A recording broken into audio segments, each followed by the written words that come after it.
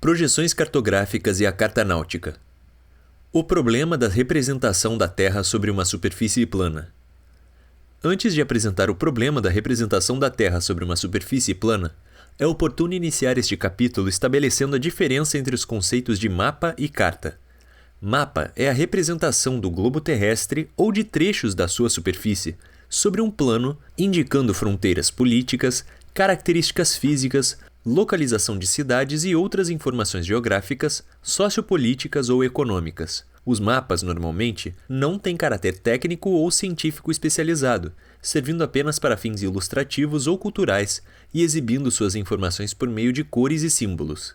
Carta é também uma representação da superfície terrestre sobre um plano, mas é especialmente confeccionada para ser usada em navegação ou outra atividade técnica ou científica, servindo não só para ser examinada, mas principalmente para que se trabalhe sobre ela na resolução de problemas gráficos, onde os principais elementos serão ângulos e distâncias, ou na determinação da posição através das coordenadas geográficas, latitude e longitude. As cartas permitem medições precisas de distâncias e direções, ou azimutes. Desta forma, os documentos cartográficos utilizados em navegação são sempre chamados de cartas, ou mais precisamente, cartas náuticas. Voltando ao propósito inicial do presente capítulo, a única forma rigorosa de representar a superfície da Terra é por meio de globos, nos quais se conservam exatamente as posições relativas de todos os pontos e as dimensões são apresentadas em uma única escala. Entretanto, os detalhes que a navegação exige obrigariam à construção de um globo de proporções exageradas.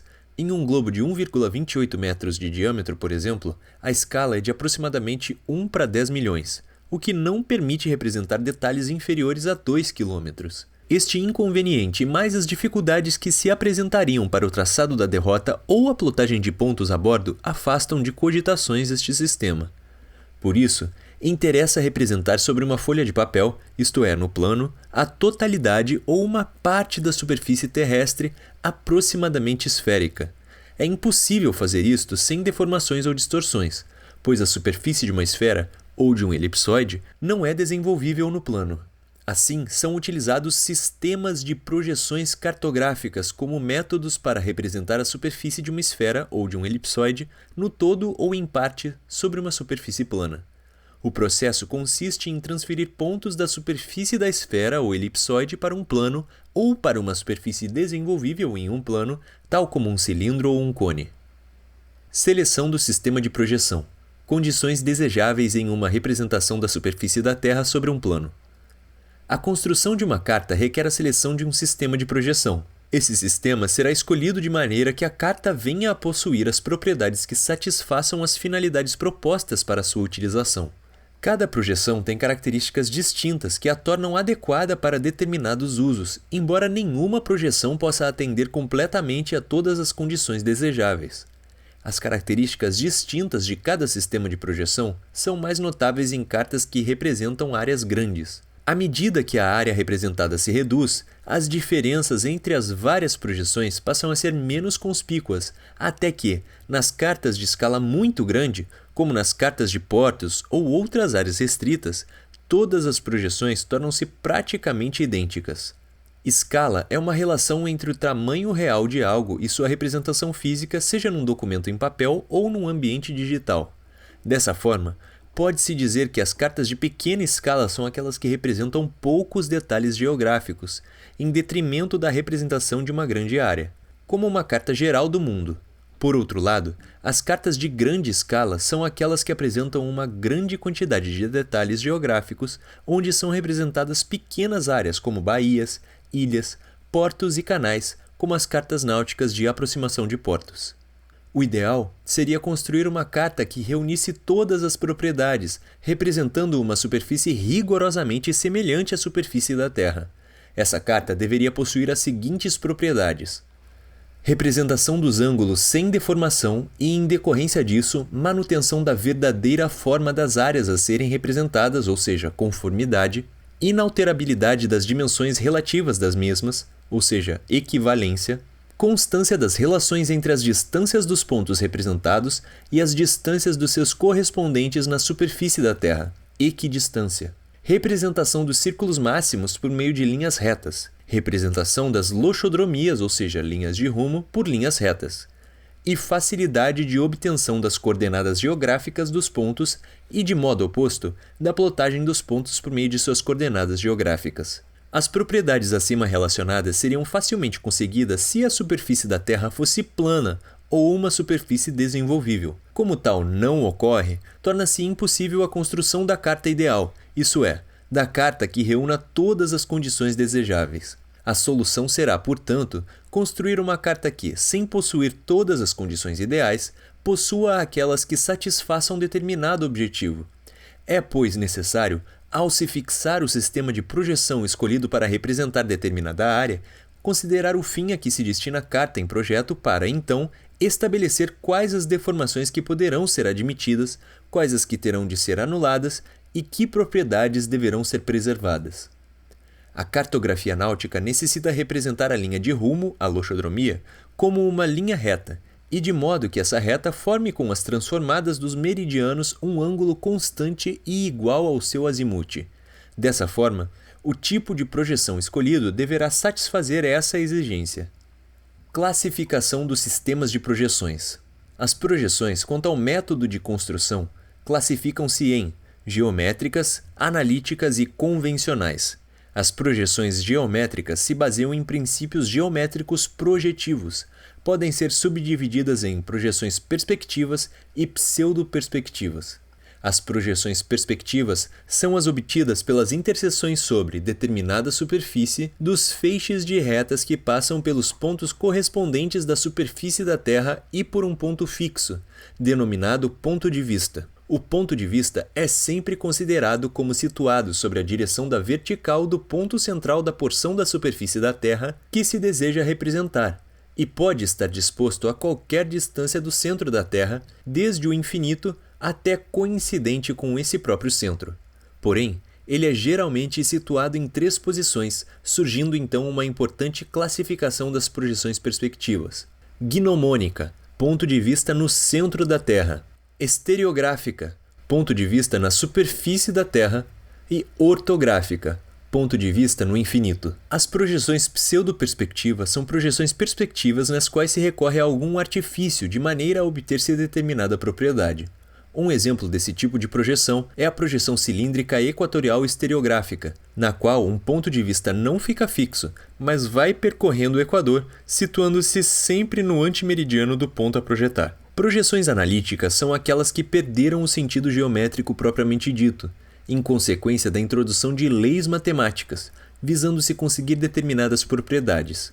Em virtude das diversas adaptações que as projeções desse grupo podem sofrer quando se deseja obter essa ou aquela propriedade, tal grupo assume grande importância. Projeções convencionais são as que se baseiam em princípios arbitrários puramente convencionais em função dos quais se estabelecem suas expressões matemáticas.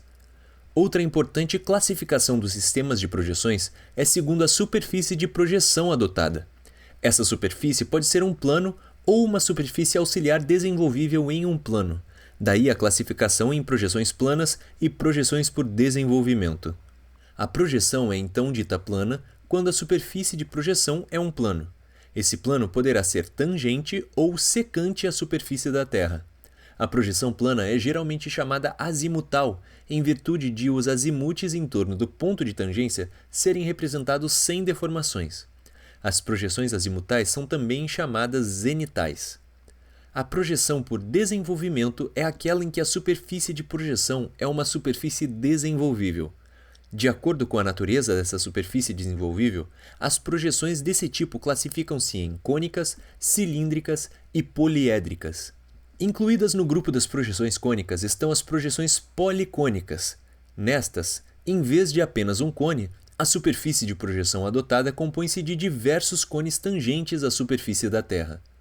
Os sistemas de projeções são também classificados de acordo com a situação da superfície de projeção. Essa classificação é feita, no caso das projeções planas ou azimutais, de acordo com a posição do plano de projeção e do ponto de tangência ou polo da projeção, e no caso das projeções por desenvolvimento, segundo a posição do eixo da superfície cônica ou cilíndrica. As projeções planas ou azimutais são, então, classificadas em polares, o ponto de tangência no polo, e o eixo da Terra perpendicular ao plano de projeção. Equatoriais ou meridianas, ponto de tangência no equador, eixo da Terra paralelo ao plano de projeção, e plano de projeção paralelo ao plano de um meridiano. E horizontais ou oblíquas, o ponto de tangência em um ponto qualquer da superfície da Terra e eixo da Terra inclinado em relação ao plano de projeção. As projeções por desenvolvimento são classificadas em normais, eixo do cone paralelo ao eixo da Terra, equatoriais, eixo do cilindro paralelo ao eixo da Terra, transversas, eixo do cone perpendicular ao eixo da Terra, transversas ou meridianas, eixo do cilindro perpendicular ao eixo da Terra, e horizontais ou oblíquas, eixo do cone ou cilindro inclinado em relação ao eixo da Terra. As projeções são ainda classificadas segundo as propriedades que conservam em equidistantes, equivalentes, conformes e afiláticas. As projeções equidistantes são as que não apresentam deformações lineares, isso é, os comprimentos são representados em escala uniforme. A condição de equidistância só é obtida em determinada direção, e de acordo com essa direção, as projeções equidistantes se subclassificam em equidistantes meridianas, que são aquelas em que há equidistância segundo os meridianos, equidistantes transversais, que são aquelas que apresentam equidistância segundo os paralelos, e equidistantes azimutais ou equidistantes ortodrômicas, que são aquelas que não apresentam distorções nos círculos máximos que passam pelo ponto de tangência. As projeções equidistantes azimutais são sempre projeções planas. As projeções equivalentes são as que não deformam as áreas, isso é, as áreas da carta guardam uma relação constante com as suas correspondentes na superfície da Terra. As projeções conformes são as que não deformam os ângulos, e em decorrência dessa propriedade, também não deformam a representação das pequenas áreas. As projeções azimutais podem ser consideradas um caso particular das projeções conformes, em virtude da propriedade que possuem de não deformarem os ângulos ou azimutes em torno do ponto de tangência. Porém, nem todas as projeções azimutais são conformes em toda a sua extensão. As projeções afiláticas são aquelas em que os comprimentos, as áreas e os ângulos não são conservados. Entretanto, podem possuir uma ou outra propriedade que justifique sua construção. A projeção gnomônica, por exemplo, apresentando todas as deformações, possui a excepcional propriedade de representar as ortodromias como retas, por isso, é utilizada em cartografia náutica, conforme adiante será explicado. Designação dos sistemas de projeções. De maneira geral, as projeções são mais conhecidas pelos nomes de seus autores do que propriamente pelas designações de suas propriedades ou de suas classificações. Isso acontece principalmente com as projeções analíticas e convencionais. É, por exemplo, o caso da projeção cilíndrica equatorial conforme, mais conhecida como projeção de Mercator, e da projeção azimutal equivalente, conhecida como projeção azimutal de Lambert. Convém, entretanto, se desejarmos estabelecer uma regra para designar os diferentes tipos de projeções, especificando suas características, mencionar seus elementos na seguinte ordem: natureza da superfície de projeção adotada, plano, cilindro ou cone, situação da superfície de projeção em relação à superfície da Terra e classificação da projeção quanto à propriedade que conserva. Desse modo, dir-se-á projeção cônica normal equidistante meridiana, projeção plana polar gnomônica, projeção cilíndrica transversa conforme, etc. O emprego da projeção de Mercator na cartografia náutica. A projeção de Mercator. Conforme já visto, a menor distância entre dois pontos na superfície da Terra, considerada esférica para os fins comuns da navegação, é o arco de círculo máximo que os une, ou seja, uma ortodromia.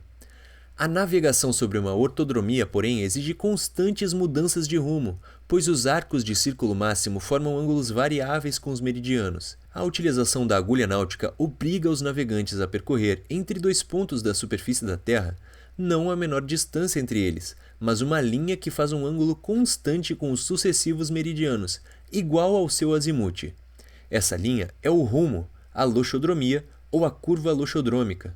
A ortodromia, ou seja, o círculo máximo, representa, assim, a menor distância entre pontos quaisquer, mas forma com os sucessivos meridianos ângulos diferentes, enquanto a loxodromia, embora não seja a menor distância entre pontos, corta todos os meridianos segundo um mesmo ângulo, que é igual ao rumo entre dois pontos.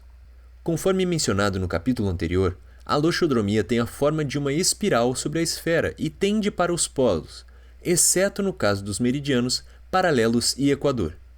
Dessa forma, uma exigência básica para a utilização de um sistema de projeção em cartografia náutica é que ele represente as loxodromias ou linhas de rumo por linhas retas. Essa condição indispensável é atendida pela projeção de Mercator, que leva o nome latino do seu idealizador, Gerardus Mercator, cartógrafo nascido em Flanders em 1512. Mercator publicou em 1569 sua Carta Universal, um planisfério, na qual as loxodromias eram representadas por linhas retas. Classificação da projeção de Mercator. A projeção de Mercator pertence à classe das projeções por desenvolvimento cilíndrico e à categoria das projeções conformes. Na condição de conformidade, isso é, da inexistência de deformações angulares, surge a propriedade de manutenção da forma das pequenas áreas.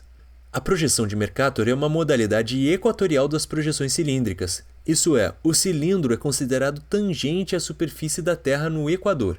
Portanto, a projeção de Mercator é classificada como uma projeção cilíndrica equatorial conforme, em razão de que é cilíndrica por ser a superfície de projeção um cilindro, ou seja, a superfície da Terra ou parte dela é projetada em um cilindro, equatorial por ser o cilindro tangente à superfície da Terra no equador, e conforme, em razão dos ângulos serem representados sem deformação, permitindo que as formas das pequenas áreas se mantenham, o que faz com que a projeção também seja denominada como ortomorfa. Na realidade, a projeção de Mercator é uma projeção convencional e, portanto, não obedece a um conceito geométrico definido, embora seja inspirada em uma projeção cilíndrica. Vantagens e limitações da projeção de Mercator. Vantagens da projeção de Mercator. Os meridianos são representados por linhas retas, os paralelos e o equador são representados por um segundo sistema de linhas retas perpendicular à família de linhas que representam os meridianos. É fácil identificar os pontos cardeais numa carta de Mercator. É fácil plotar um ponto numa carta de Mercator conhecendo suas coordenadas geográficas, latitude e longitude.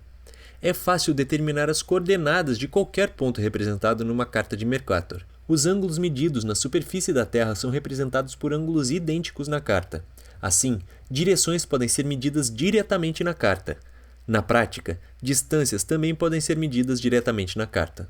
As linhas de rumo ou loxodromia são representadas por linhas retas, e existe a facilidade de construção por meio de elementos retilíneos.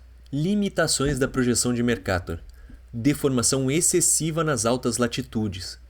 Impossibilidade de representação dos polos. E círculos máximos, exceto o equador e os meridianos, não são representados por linhas retas. Limitação notável nas cartas de Mercator de pequena escala, representando uma grande área. Latitudes crescidas e medição de distâncias nas cartas de Mercator. Quando comparada com o globo, a projeção de Mercator exibe enormes deformações de áreas nas altas latitudes. O exemplo mais vezes citado é o da Groenlândia, que quando apresentada numa projeção de Mercator, aparece maior que o Brasil, apesar de nosso país ter uma área 4 vezes maior. A figura 2.10 da página 47 do PDF do Huygens ajuda na compreensão dessa característica da projeção. Existe um esboço A que mostra-se verticalmente um fuso ou setor do globo terrestre com dois círculos desenhados em posições diferentes para melhor entendimento das deformações que irão ocorrer. No esboço B, esticaram-se horizontalmente os dois meridianos exteriores de forma que ficassem paralelos. Aí verifica-se que, em consequência, os círculos transformaram-se em elipses, ficando o do norte mais distorcido que o do sul. Uma vez que a projeção é conforme, ela deve conservar as formas em áreas pequenas. Assim, tem-se que esticar agora verticalmente o setor, até que as elipses tornem-se novamente círculos, como apresentado na figura C. Pode-se notar que uma vez que a parte norte do setor foi mais distendida que a sul, o círculo superior ficou com um diâmetro sensivelmente maior do que o inferior.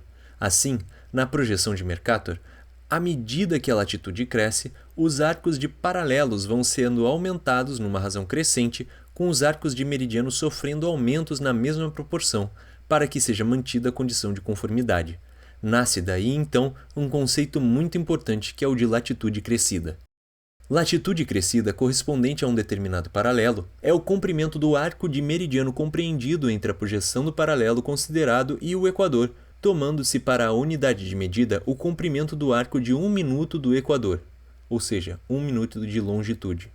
Ademais, numa carta de Mercator, a escala das longitudes é constante, mas, como visto, a escala das latitudes cresce à medida que a latitude aumenta. Desse modo, a escala da carta varia na razão da latitude, e dessa forma, as distâncias só serão verdadeiras se forem lidas na escala das latitudes. Esse é um cuidado fundamental a ser observado na utilização de uma carta náutica na projeção de Mercator. Utilização da projeção de Mercator. Do ponto de vista da navegação, a projeção de Mercator resolveu graficamente os problemas da estima com tal sucesso que a sua popularidade é inexcedível e o seu emprego incomparável. A loxodromia é representada por uma linha reta, que faz com as transformadas dos meridianos um ângulo constante e igual ao seu azimute. Transformada em geometria é a curva deduzida de outra segundo determinada lei. Na presente situação, a transformada do meridiano é a representação de um meridiano qualquer, que é um círculo máximo, no plano da projeção de Mercator como uma curva, entre aspas, reta. A impossibilidade de representação dos polos e o valor exageradamente crescente das deformações lineares e superficiais nas altas latitudes constituem as limitações mais acentuadas da projeção de Mercator. Ela é geralmente limitada pelo paralelo de 60 graus, porque, nesta latitude, as deformações já se apresentam excessivas. Entretanto, podemos utilizá-la satisfatoriamente até a latitude de 80 graus, desde que sejam tomadas precauções especiais quanto ao uso da escala das distâncias. Além do seu uso na cartografia náutica, a projeção de Mercator é também empregada nas seguintes classes de cartas: cartas piloto, de fusos horários, magnéticas, geológicas, celestes, meteorológicas, aeronáuticas e mapas mundi. Outras projeções usadas em cartografia náutica. Projeção gnomônica. Conforme anteriormente mencionado, embora a menor distância entre dois pontos na superfície da Terra seja o arco de círculo máximo que os une, ou seja, uma ortodromia, a navegação é normalmente conduzida por uma loxodromia, ou linha de rumo, que faz com os sucessivos meridianos um ângulo constante e igual ao seu azimute. Quando os dois pontos da superfície da Terra estão próximos, a loxodromia praticamente se confunde com a ortodromia. A diferença é de 1 milha para dois pontos afastados de 350 milhas, na latitude de 40 graus. Todavia, quando os dois pontos estão muito afastados, a diferença pode ser da ordem de centenas de milhas. A diferença entre a distância loxodrômica e ortodrômica de Sydney, na Austrália, e Valparaíso, no Chile, é de 748 milhas. Assim, para singraduras muito extensas, torna-se imperativa a adoção do caminho mais curto, isso é, da derrota ortodrômica, sendo necessário para o seu planejamento dispor de cartas construídas em um sistema de projeção que represente os círculos máximos como linhas retas. Esse sistema é a projeção plana gnomônica, ou como normalmente é denominada, projeção gnomônica. A projeção gnomônica utiliza como superfície de projeção um plano tangente à superfície da Terra, no qual os pontos são projetados geometricamente a partir do centro da Terra. Esta é, provavelmente, a mais antiga das projeções, acreditando-se que foi desenvolvida por Tales de Mileto por volta do ano de 600 a.C. A projeção gnomônica apresenta todos os tipos de deformações. A projeção não é equidistante. A escala só se mantém exata no ponto de tangência, variando rapidamente à medida que se afasta desse ponto. Ademais, a projeção não é conforme nem equivalente. As distorções são tão grandes que as formas, as distâncias e as áreas são muito mal representadas, exceto nas proximidades do ponto de tangência. A figura 2.12α, onde está representado um reticulado da projeção gnomônica com ponto de tangência no recife, ilustra as deformações apresentadas pela projeção. Podem ser comparadas as diferenças de formas, áreas e dimensões entre os dois retângulos de mesmo tamanho na superfície da Terra, um situado relativamente próximo do ponto de tangência e outro bem afastado desse ponto. Entretanto, conforme citado, a projeção gnomônica tem a propriedade única de representar todos os círculos máximos por linhas retas. Os meridianos aparecem como retas convergindo para o polo mais próximo.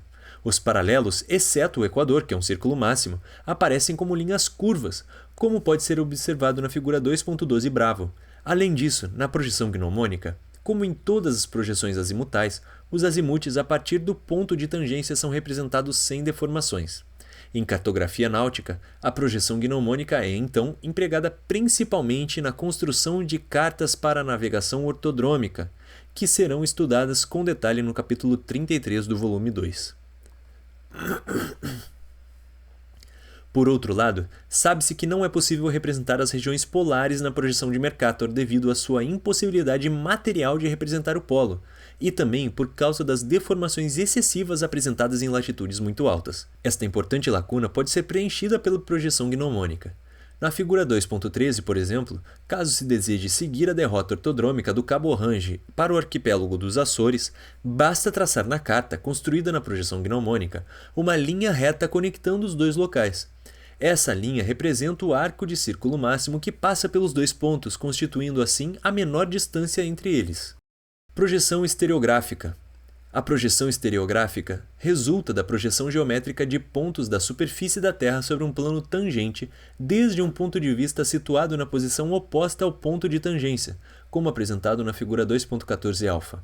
Nesse presente caso, em que os pontos de vista de tangência se situam sobre o equador, ela é denominada como projeção estereográfica equatorial. A projeção estereográfica é também chamada de azimutal ortomorfa. A escala em uma projeção estereográfica aumenta com a distância do ponto de tangência, porém mais lentamente que em uma projeção gnomônica. Um hemisfério completo pode ser representado em uma projeção estereográfica, sem distorções excessivas, como pode ser observado na figura 2.14 Bravo. Tal como em outras projeções azimutais, os círculos máximos que passam pelo ponto de tangência aparecem como linhas retas. Todos os demais círculos, incluindo meridianos e paralelos, são representados como círculos ou arcos de círculos. O principal uso da projeção estereográfica em cartografia náutica é na construção de cartas das regiões polares. Projeção ortográfica. Projetando geometricamente pontos da superfície da Terra e tendo como ponto de vista o infinito, ou seja, linhas projetantes paralelas, sobre um plano tangente, tem-se uma projeção ortográfica. Essa projeção não é conforme nem equivalente nem equidistante em toda sua extensão. Sua principal aplicação em cartografia náutica ocorre no campo da navegação astronômica, onde ela é útil para apresentar ou para solucionar graficamente o triângulo de posição, bem como para ilustrar as coordenadas astronômicas. Se o plano é tangente a um ponto do equador, como normalmente ocorre, os paralelos, incluindo o equador, aparecem como linhas retas, e os meridianos como elipses, exceto o meridiano que passa pelo ponto de tangência, que aparece como uma linha reta, e o meridiano que está a 90 graus, que é representado por um círculo, como pode ser observado na figura 2.15. Projeção azimutal equidistante. É uma projeção na qual a escala de distâncias ao longo de qualquer círculo máximo que passe pelo ponto de tangência é constante. Se o ponto de tangência está situado em um dos polos, os meridianos aparecem como linhas retas radiais e os paralelos como círculos concêntricos igualmente espaçados. Se o plano é tangente em qualquer outro ponto, os círculos concêntricos representam distâncias do ponto de tangência. Nesse caso, meridianos e paralelos aparecem como curvas. A projeção azimutal equidistante pode ser utilizada para representar toda a Terra, sendo que, nesta situação, o ponto defasado de 180 graus do ponto de tangência aparece como o maior dos círculos concêntricos. Essa projeção não é conforme, nem equivalente, nem perspectiva.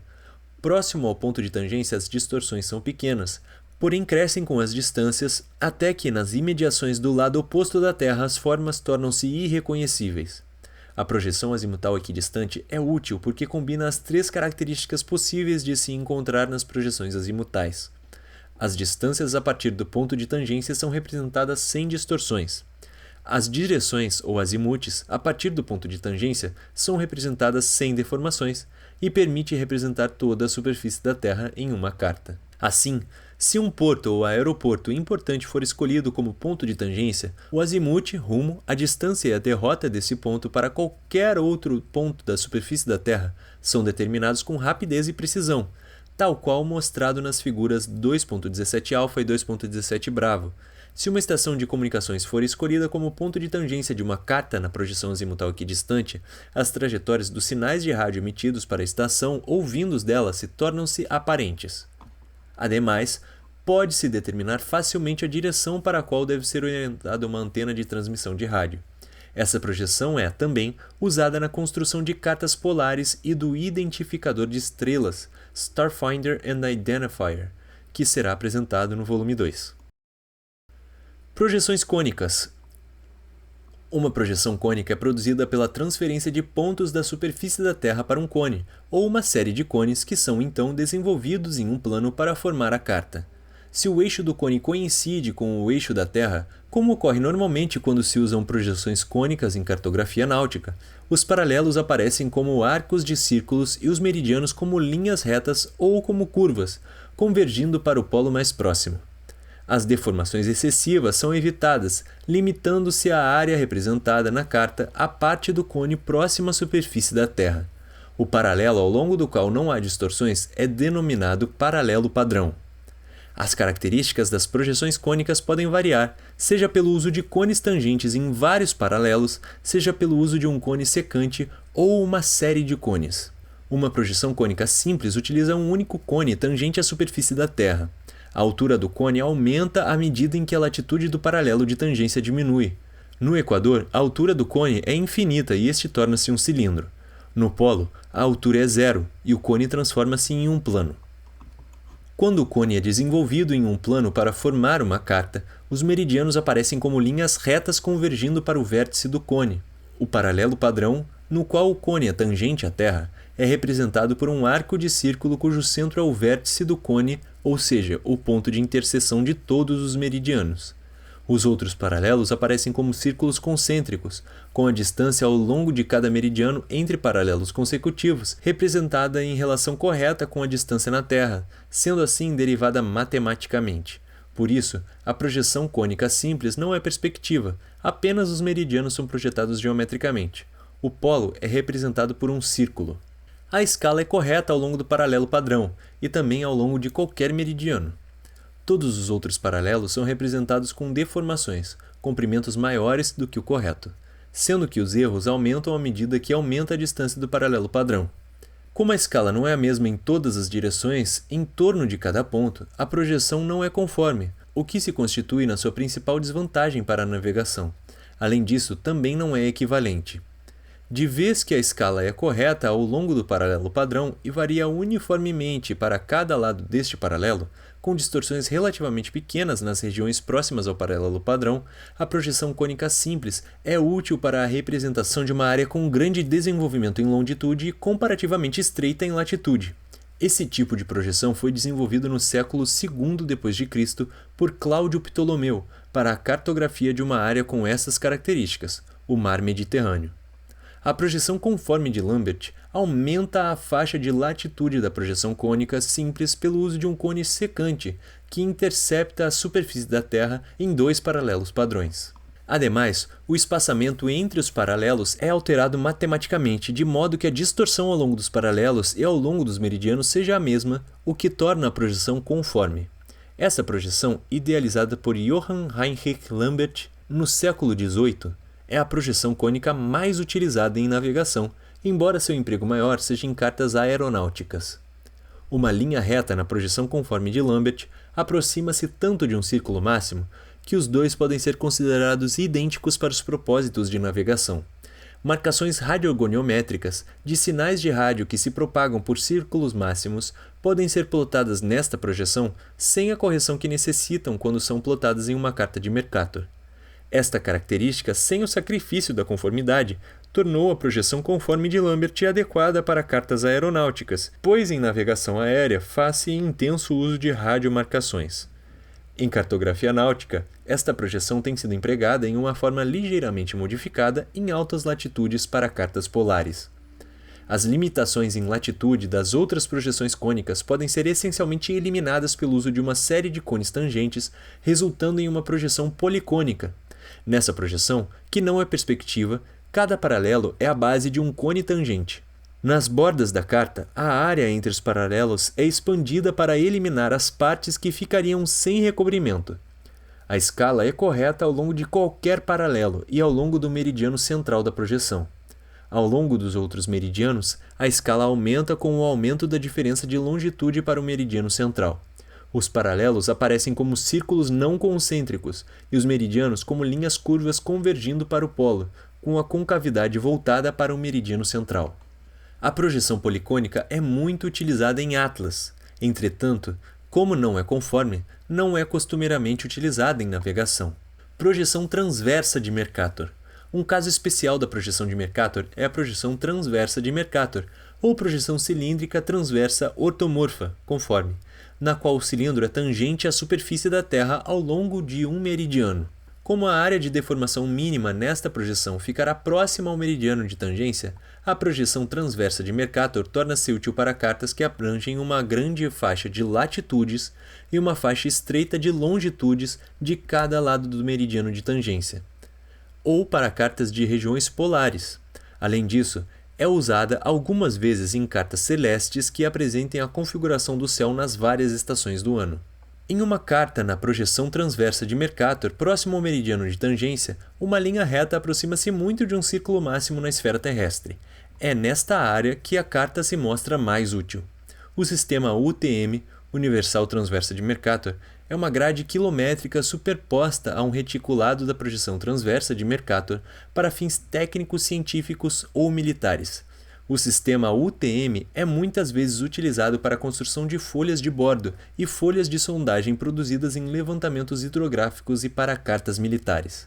Cartas polares. As excessivas deformações nas altas latitudes e a impossibilidade de representação dos polos limitam o uso da projeção de Mercator para a cartografia das regiões polares. Há necessidade, então, de selecionar outras projeções para a representação dessas áreas. As principais considerações para a escolha de um sistema de projeção conveniente para a navegação polar são: conformidade. É desejável que os ângulos, ou seja, as direções, sejam corretamente representados, de modo que a plotagem de rumos e marcações possa ser feita diretamente sobre a carta sem correções complicadas.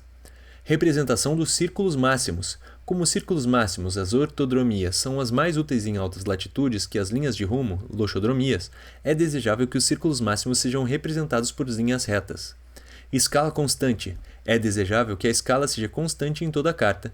E limites de uso. Limites amplos de utilização são desejáveis, para reduzir ao mínimo o número de projeções necessárias. As 3 projeções comumente selecionadas para as cartas polares são a transversa de Mercator, a conforme de Lambert modificada e a projeção polar estereográfica. São ainda utilizadas a projeção gnomônica e a azimutal equidistante. Próximo ao polo, há pouco o que se escolher entre elas, pois aí todas são essencialmente conformes, e em todas os círculos máximos são praticamente representados por linhas retas.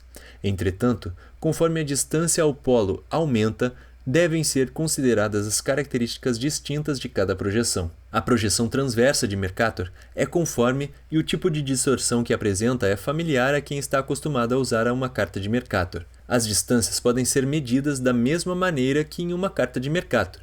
Assim, na cartografia das regiões polares, as vantagens da projeção de Mercator, tais como facilidade de construção e plotagem rápida dos pontos, podem ser ainda aproveitadas pela rotação do cilindro de 90 graus em azimuth, ficando agora tangente em um meridiano, o qual passa a ser o equador fictício.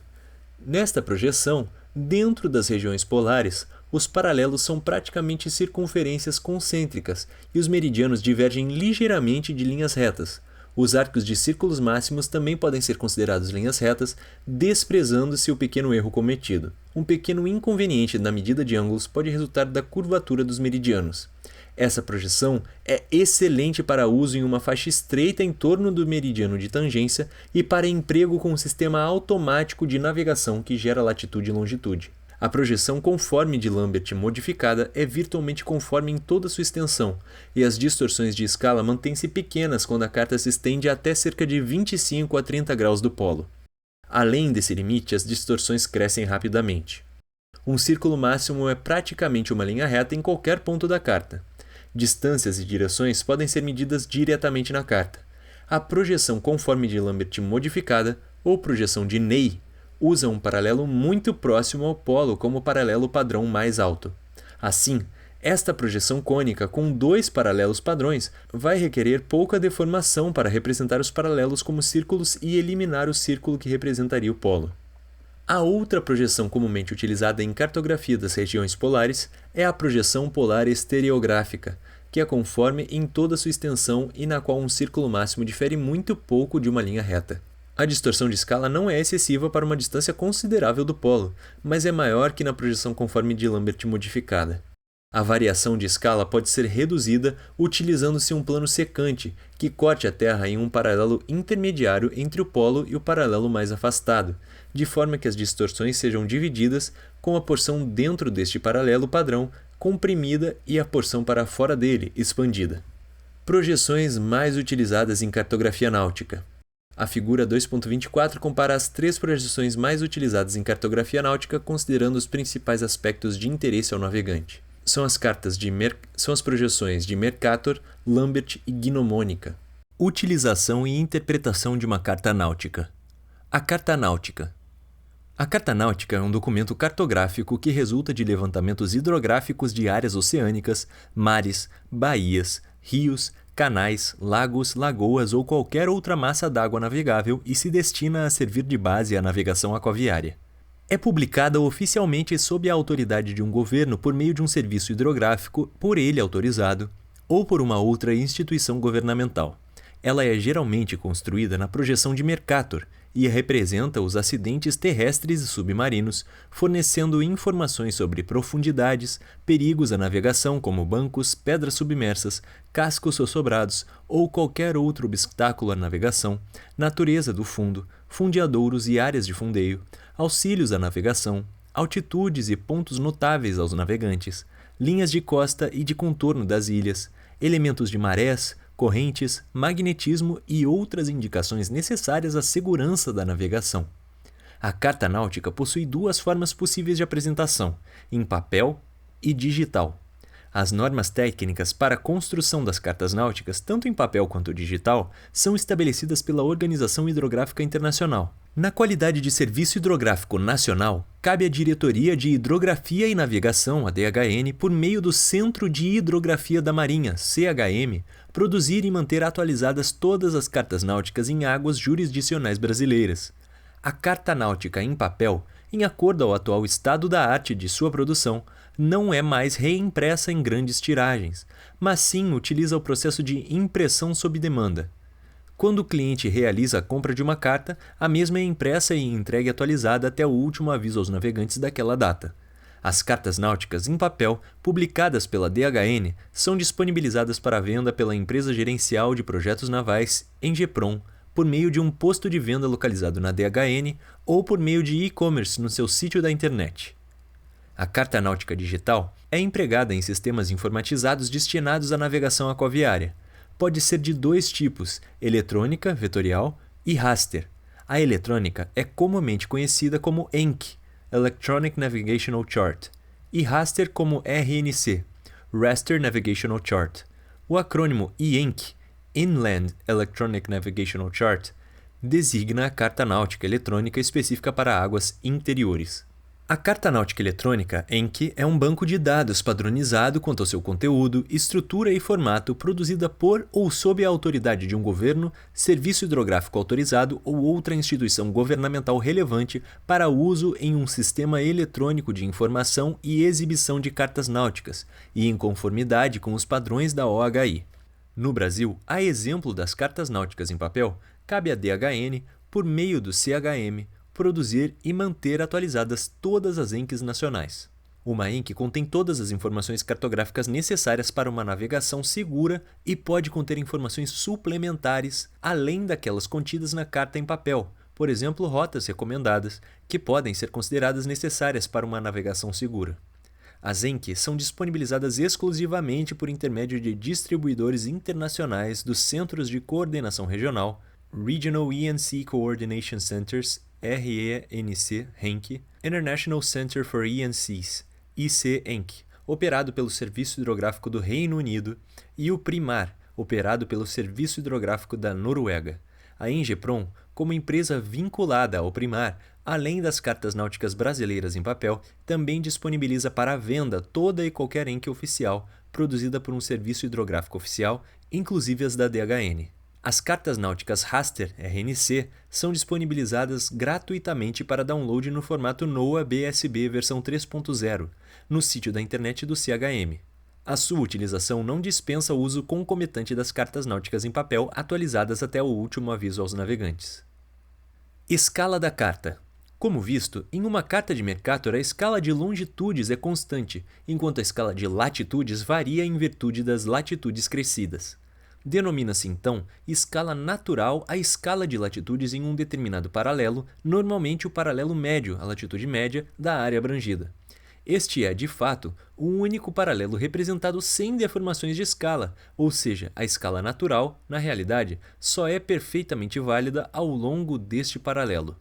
A escala é definida como a relação entre um valor gráfico na carta e o valor real correspondente na superfície da Terra. A escala de uma carta proporciona uma ideia da relação existente entre o trecho da Terra abrangido pela carta e sua representação na mesma. Quanto maior o denominador da carta, menor ele será. A escala então é definida como o valor gráfico na carta sobre o valor real na Terra. Exemplos. Com que comprimento gráfico seria representada uma distância de 500 metros em uma escala de 1 para 100 mil? Fazendo uma regra de 3, se 1 milímetro na carta é igual a 100 mil milímetros na vida real, que é igual a 100 metros, quantos milímetros serão 500 metros? Desenvolvendo a regra de 3, ficamos com 5 milímetros na carta é igual a 500 metros na vida real. Exemplo 2. Com que comprimento gráfico seria representada a mesma distância de 500 metros em uma escala de 1 para 25 mil? Bem, se 1 milímetro na carta é igual a 25 mil milímetros na vida real, ou seja, 25 metros, quantos milímetros equivalem a 500 metros? Desenvolvendo também a regra de 3, ficamos que 20 milímetros na carta são iguais a 500 metros na vida real. Terceiro e último exemplo, quanto mede no terreno em metros uma dimensão cujo valor gráfico medido sobre uma carta na escala de 1 para 25 mil é 15 milímetros? Se 1 milímetro na carta é igual a 25 mil milímetros na vida real, ou seja, 25 metros, quantos metros na vida real equivalem a 15 milímetros? Bem, esse daqui das regras de 3 é o mais fácil, é só multiplicar 15 milímetros por 25, que a gente vai chegar em 375 metros.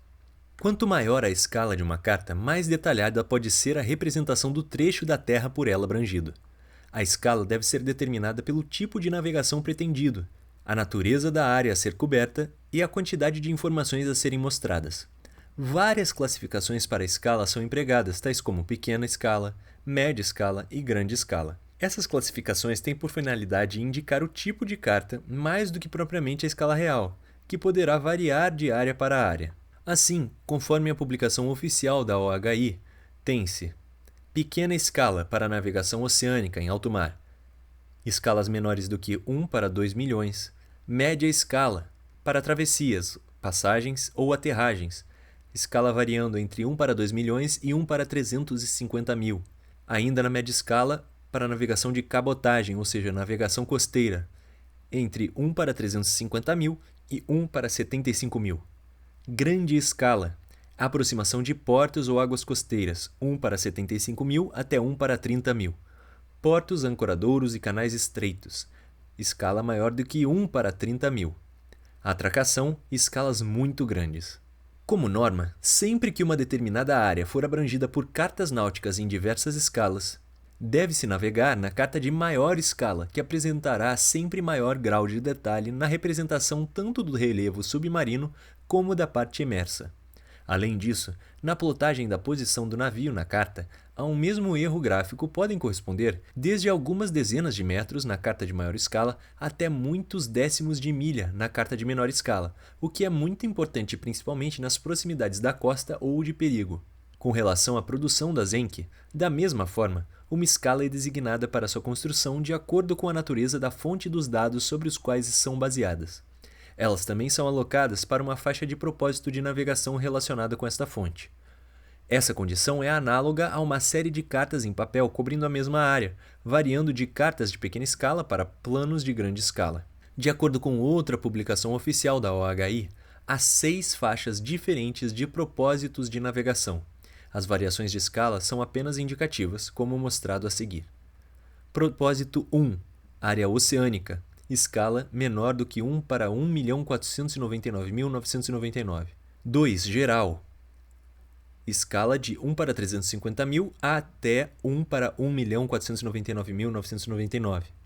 Propósito 3, área costeira, escalas de 1 para 90.000 até 1 para 349.999.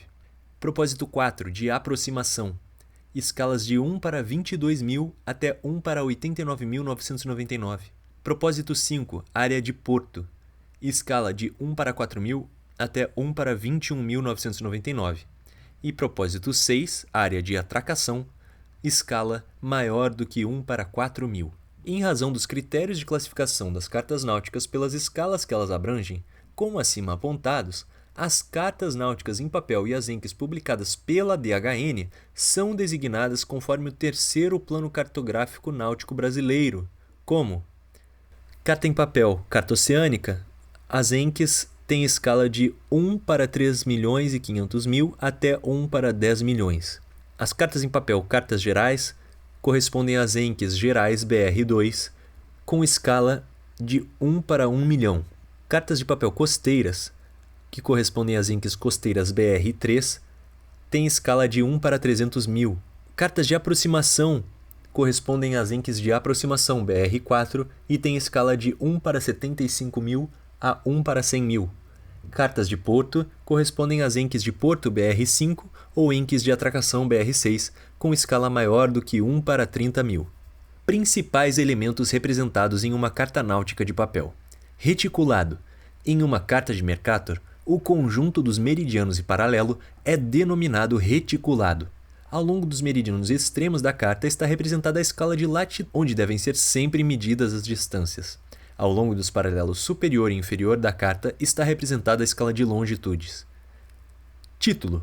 O título da carta náutica traz informações importantes que devem ser lidas com atenção. Os elementos do título são apresentados na seguinte ordem conforme apresentado na figura 2.25. 1. Área geográfica geral e trecho da costa em que se situa a área representada na carta. Para efeitos de cartografia náutica, a costa do Brasil é dividida em costa norte, do Cabo Orange ao Cabo Calcanhar, costa leste, do Cabo Calcanhar ao Cabo Frio e costa sul, do Cabo Frio ao Arroio Chuí. Na figura 2.25, que apresenta o título da carta náutica número 21.100, que corresponde à INT 4194, a área geográfica geral é o Brasil, e o trecho da costa representado na carta situa-se na costa norte. 2. Referência geográfica específica que consiste na descrição da área representada na carta, do norte para o sul. Na figura 2.25, é o do Cabo Orange à Ponta Tucumã. 3. Unidade de medida das profundidades. Profundidades em metros. 4. Escala natural e paralelo de referência. Escala 1 para 300.000, 3 graus e 30 minutos. A escala natural da carta náutica é mostrada no título acompanhada do valor do paralelo de referência, que normalmente corresponde à latitude média do trecho abrangido pela carta. Como visto, a escala natural só é realmente verdadeira ao longo do paralelo de referência, que assim é o único representado sem deformação na carta. 5. Novamente retorna a informação sobre a unidade de medida das profundidades, mas agora com a menção genérica ao datum vertical usado na carta. Profundidades em metros reduzidas aproximadamente ao nível da baixa-mar média de Cisígia. Nas cartas náuticas brasileiras, as profundidades, as sondagens, são representadas em metros, tendo como datum vertical o nível médio das baixa-mares de Cisígia, plano de referência que será explicado com detalhe no capítulo 10 que estuda as marés. 6. Unidade de medida das altitudes e plano de referência usado como origem. Altitudes em metros acima do nível médio do mar. As altitudes nas cartas náuticas brasileiras são medidas em metros, tendo como origem o nível médio do mar. 7. O datum horizontal, sobre as quais as coordenadas geográficas de qualquer ponto representado ou obtido sobre a carta náutica estão referenciadas. Posições, referidas ao datum WGS 84. Esta informação tornou-se muito importante após o advento dos sistemas de navegação por satélite, que fornecem posições referidas ao Sistema Geodésico Mundial, o WGS. Muitas vezes, especialmente nas cartas náuticas de grande escala, para plotar as posições satélite referidas a um datum regional ou local são necessárias correções que devem ser informadas em nota de precaução inserida na carta. 8. Sistema de balizamento da IALA, adotado na carta náutica. Sinais de navegação. Sistema de balizamento marítimo da IALA Região Bravo. 9. Identificação da projeção usada na carta náutica. Projeção Mercator. 10. Informações sobre os dados dos levantamentos hidrográficos que deram origem à carta. Levantamentos. Ver o diagrama de levantamentos quanto às informações que possam afetar o uso desta carta. Dados mais completos constam dos diagramas de levantamentos ou diagramas de confiabilidade, que serão adiante explicados. Em relação à carta 21100, INT 4194, utilizada como exemplo, o seu diagrama de levantamentos é apresentado na figura 2.26. Não se deve esquecer que as cartas náuticas oriundas de levantamentos mais antigos tendem a ser menos precisas, em virtude da menor precisão dos instrumentos e métodos de posicionamento, de medida das profundidades e de pesquisas de perigos disponíveis na época. Ademais, principalmente em se tratando de portos, baías, barras e estuários de rios, deve-se considerar que cartas náuticas mais antigas podem estar desatualizadas, devido a modificações no relevo submarino por causas naturais, como assoreamento, erosão, etc., ou provocadas pelo homem, como dragagem, aterros, etc. Notas de precaução e explanatórias. As cartas náuticas podem conter notas de precaução ou explanatórias, de preferência colocadas próximas ao título, abordando assuntos diversos tais como áreas de navegação ou fundeio proibidos, existência de marés ou correntes anormais, anomalias magnéticas, etc. Informações sobre marés e correntes. Também podem constar nas cartas náuticas informações sobre marés e correntes, como mostrado a título de exemplo na figura 2.27. Tais informações são importantes para o planejamento e a condução da navegação que serão detalhadamente estudadas no capítulo 10. Rosa dos ventos ou rosa dos rumos.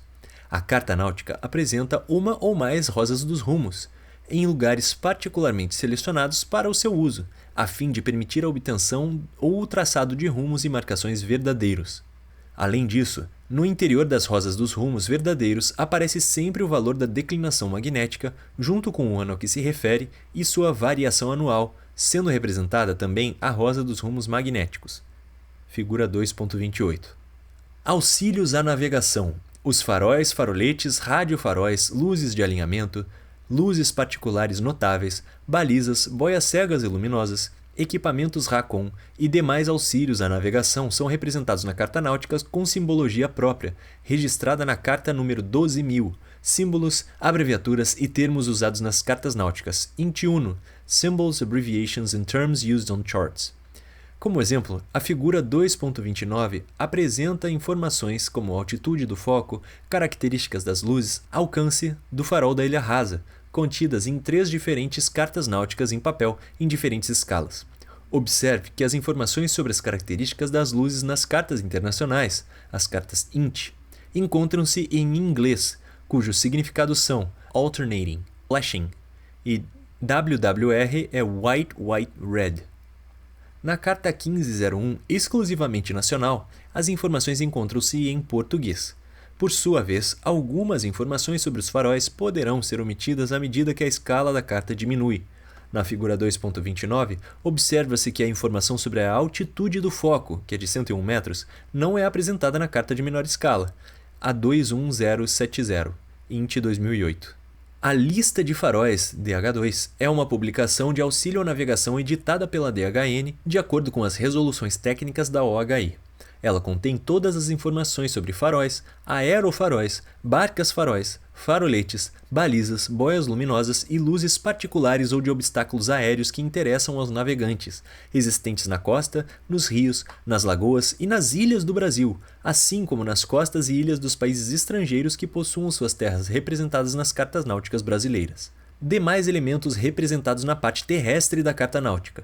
A parte terrestre de uma carta náutica representa o contorno da linha de costa, que é a linha de contorno correspondente a pré-mar.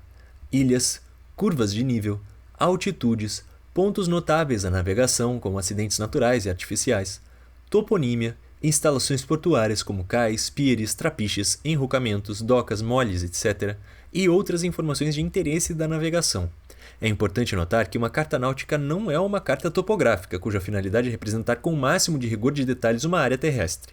Dessa forma, só devem ser representados na parte terrestre da carta náutica os detalhes que realmente interessem aos navegantes. com o cuidado de que o excesso de informações topográficas não oculte ou dificulte a visualização dos detalhes ou dados relevantes à navegação.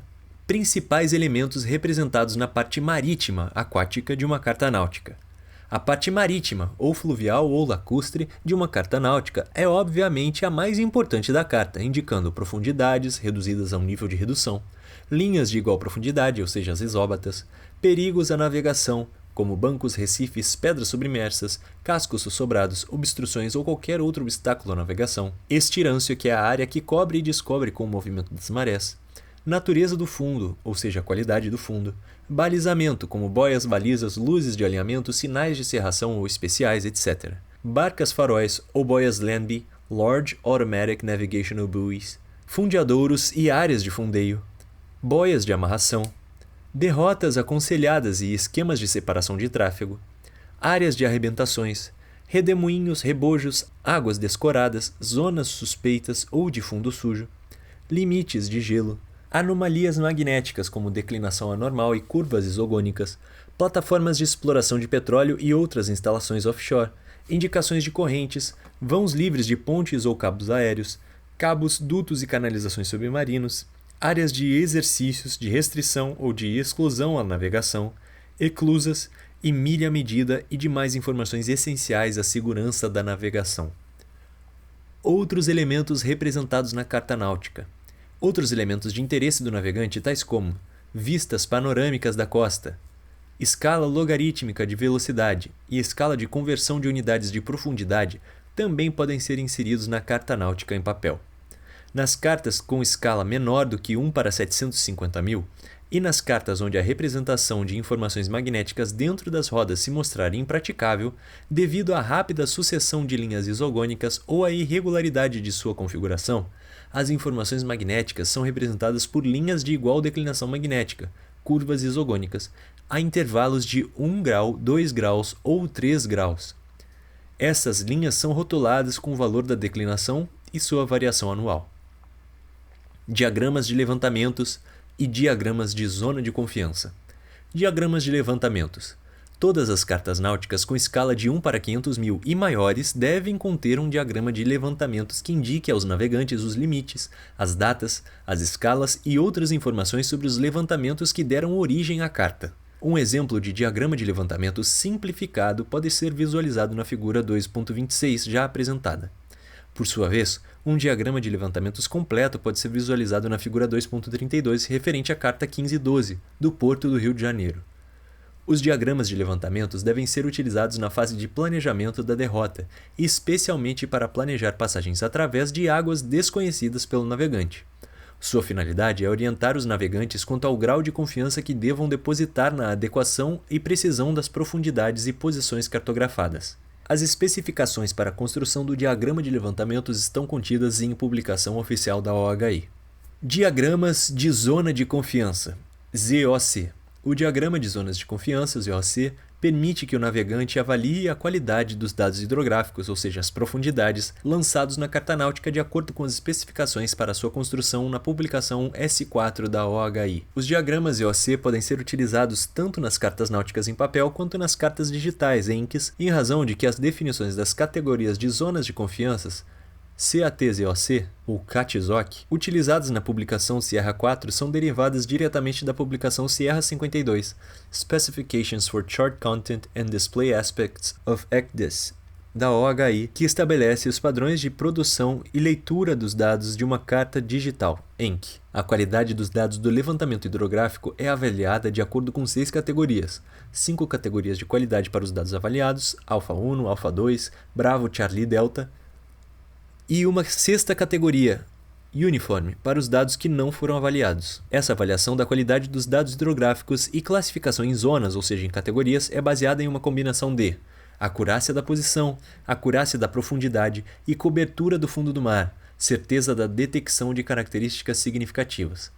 As categorias ZOC mais altas, Alpha 1 e Alpha 2, exigem insonificação ou varredura total do fundo do mar e padrões de acurácia muito altos que só foram alcançados em razão de uma tecnologia disponível a partir de 1980. Portanto, muitas rotas marítimas que até agora foram consideradas como adequadamente pesquisadas podem representar uma classificação ZOC Bravo. Pode-se esperar que os levantamentos modernos de áreas críticas carreguem a classificação ZOC Alpha 2, enquanto o ZOC Alpha 1 cobrirá apenas as áreas pesquisadas sob condições excepcionalmente rigorosas, por razões muito especiais. A figura 2.33 apresenta um modelo de diagrama de confiança, o ZOC, que é utilizado como exemplo na publicação Sierra 4 da OHI. A DHN só emprega os diagramas ZOC nas cartas digitais. Símbolos e abreviaturas.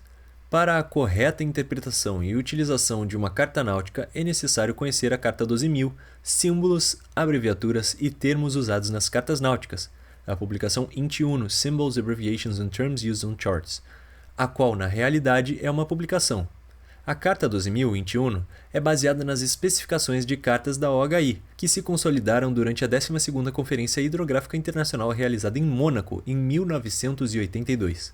Ela contém a coletânea completa de símbolos e abreviaturas que são utilizados nas cartas náuticas nacionais e internacionais produzidas pelo CHM e editadas pela DHN.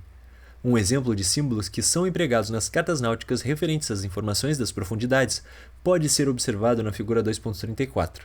A Carta 12.000 pode ser obtida em página da internet do CHM por meio de um link específico. Uso das cores. Todas as cartas náuticas devem ser impressas em no mínimo 4 cores: preto, magenta, bege ou cinza e azul. Cores adicionais também podem ser usadas se forem necessárias para esclarecer alguma complexidade ou peculiaridade da navegação local. As especificações para o emprego de cores na carta náutica são obtidas da publicação Sierra 4 da OHI. Preto. A cor preta deve ser usada normalmente para todos os detalhes que fornecem a estrutura cartográfica básica das cartas, por exemplo, borda, reticulado, título e todos os recursos físicos sólidos, incluindo informações de profundidade. O uso da cor preta é a escolha padrão, onde nenhuma cor é especificada para um recurso, ele deve ser mostrado em preto. Magenta. A cor magenta deve ser usada normalmente para chamar a atenção para símbolos cujas características possuem um significado que se estende além de sua localização imediata, podendo ser, por exemplo, local de embarque de prático e quaisquer notas associadas, grupo de luzes, locais de observação de marés e correntes de marés, e estações rádio e de radar, como círculos e abreviaturas a elas associadas. 2. Distinguir informações sobrepostas às características físicas que não impliquem qualquer obstrução física permanente. Isso inclui símbolos, legendas associadas, abreviações e notas de advertência que indiquem rotas de balsas, áreas de exercício submarino e rotas de trânsito, áreas de exercício de tiro ou áreas de prática militar, limites do gelo marinho, áreas de despejo onde as dragas lançam depósitos de areia e cascalho, cabos submarinos e áreas de cabos, dutos e áreas de dutos submarinos, porém esgotos e emissários, bem como qualquer duto que possa ser uma obstrução física à navegação devem ser em preto. Áreas diversas, onde o fundeio e ou pesca são proibidas, como leitos de corais, destroços históricos protegidos, etc. Áreas restritas e proibidas, como zonas de segurança em torno de instalações offshore, áreas a serem evitadas, que são as areas to be avoided, áreas minadas, áreas controladas próximas de instalações militares, esquemas de separação de tráfego, limites de vigilância por radar, áreas de fundeio e berços designados, incluindo números de berços em boias, cais e ancoradouros, áreas de aterragem de hidroaviões, limites de área de pesca e áreas de piscicultura, limites de águas territoriais, limites do porto e estaleiro, fronteiras alfandegárias em portos livres, rosas dos ventos, linhas isogônicas, referências a outras cartas náuticas e seus limites, número da carta INT, informações como profundidades em metros, datum WGS-84 e possivelmente outras notas marginais que requeram destaque, tabelas e símbolos de facilidades de pequenas embarcações. Bege, amarelo ou cinza. A cor bege, amarela ou cinza deve ser usada normalmente como tom da parte de terra. Se forem usadas somente 4 cores, a cor deve ser cuidadosamente selecionada de modo que uma cor satisfatória para as áreas de estirância seja derivada da impressão da tonalidade da terra sobre a tonalidade azul das águas rasas. Azul. A cor azul deve ser usada para enfatizar as águas rasas. 2 ou mais variações de tonalidade azul podem ser usadas para mostrar diferentes faixas de profundidade de águas rasas, em que a tonalidade mais escura mostre as águas mais rasas. A tonalidade azul pode ser combinada com aquela usada para a terra para produzir uma cor apropriada para áreas de estirância. O azul também pode ser usado para contornos de profundidade, especialmente em áreas de representação batimétrica complexas. Verde. A cor verde pode ser usada como uma tonalidade para as áreas de estirância. Essa cor também pode ser usada, em vez da cor magenta, para informações e limites ambientais. Cartas náuticas digitais. Peculiaridades. As ENC, como já visto, são categorizadas de acordo com seu propósito de uso, que guarda correlações com as escalas das cartas em papel. A publicação Sierra 57, da OHI, que descreve a estrutura de dados utilizada pelas ENCs, estabelece os seguintes propósitos de uso para as cartas náuticas eletrônicas: 1. Oceânica, 2. Geral, 3. Costeira, 4. Aproximação, 5. Porto e 6. Atracação. A nomenclatura dos arquivos das ENC é composta da seguinte forma: alfa-alfa, papa e depois um código, onde alfa-alfa é o código da abrangência produtora definido na publicação Sierra 66. No caso do Brasil é utilizado o código BR. Papa, propósito de uso, de 1 a 6, conforme apresentado acima, e o código de 5 caracteres alfanuméricos. No caso das ENC brasileiras, os caracteres são associados à numeração das respectivas cartas em papel e ou plano sempre que possível. Ampliando as definições sobre as cartas digitais como apresentado anteriormente, pode-se estabelecer: Carta náutica eletrônica, Electronic Navigational Chart, ENC, e Carta náutica eletrônica para águas interiores, Inland ENC, ou IENC. É o arquivo vetorial que apresenta as informações cartográficas náuticas a partir de um banco de dados. A apresentação dos elementos cartográficos nas ENCs é feita por um vetor composto por coordenadas específicas, não perdendo a qualidade de resolução com um aumento ou diminuição da escala de apresentação. A imagem é, assim, uma apresentação das informações contidas no banco de dados, que pode ser alterada de acordo com a necessidade. Dessa forma, permitem ao utilizador interagir com seus elementos, que podem ser, dentre outros fins, utilizados na programação para gerar alarmes visuais ou sonoros, a fim de evitar perigos à navegação. Por tais atributos, a ENC é considerada uma carta náutica inteligente. Os dados dessas cartas seguem padrões de codificação e normalmente são criptografados para garantir sua incorruptibilidade, conforme preconizado pela OHI. A ENC difere da IENC no que diz respeito à sua utilização.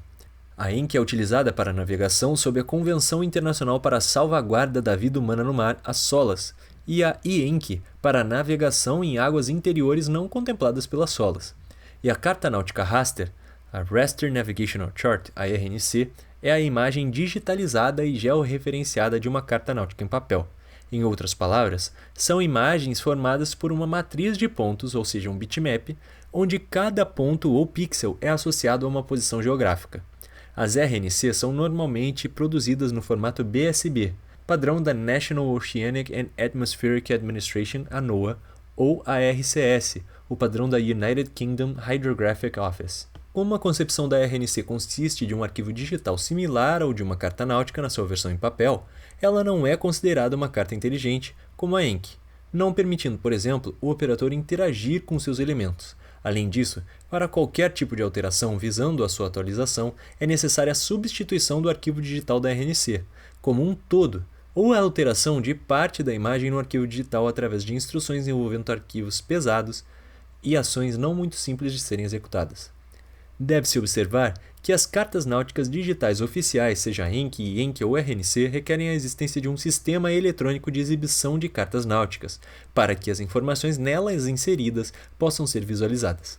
Assim, um sistema eletrônico de exibição de cartas náuticas é um equipamento eletrônico que, basicamente, opera por meio da integração de diversas informações, entre as quais as recebidas por um sistema de posicionamento eletrônico, como satelitais GPS ou GLONASS, e as existentes nas cartas náuticas digitais, possibilitando a visualização da navegação em tempo real em um monitor, ou seja, um display.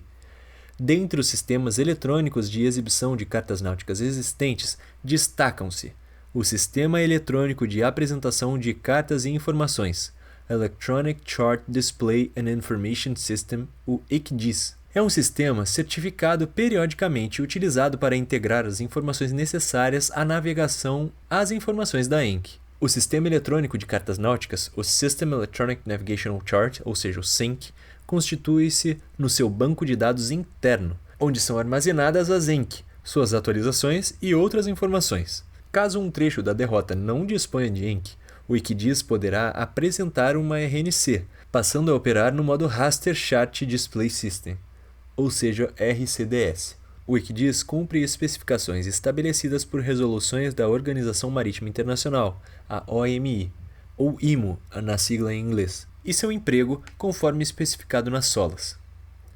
Uma nota sobre as SOLAS. International Convention for the Safety of Life at Sea, de 1974-1988.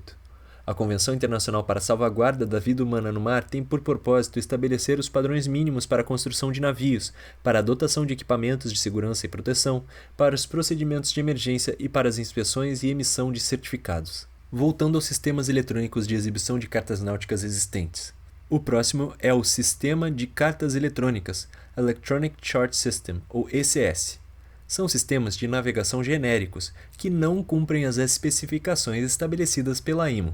Existem 4 classes de ECS, cujos requisitos são estabelecidos pelo Radio Technical Commission for Maritime Services, RTCM.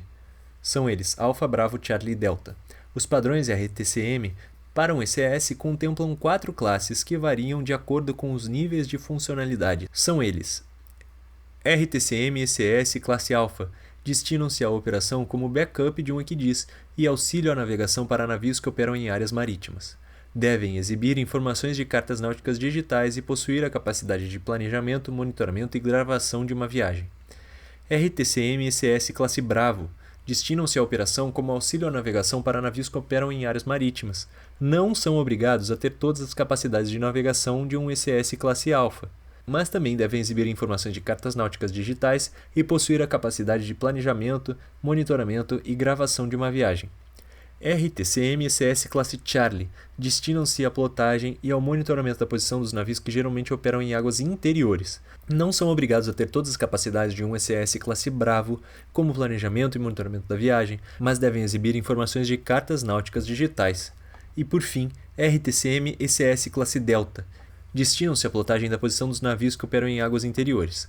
Não são obrigados a ter todas as capacidades de um ECS classe Charlie ou ainda de planejar uma viagem e de monitorar a posição do navio. Por outro lado, devem exibir informações de cartas náuticas digitais e possuir a capacidade de plotar a posição do navio. Confiança e precisão da carta náutica.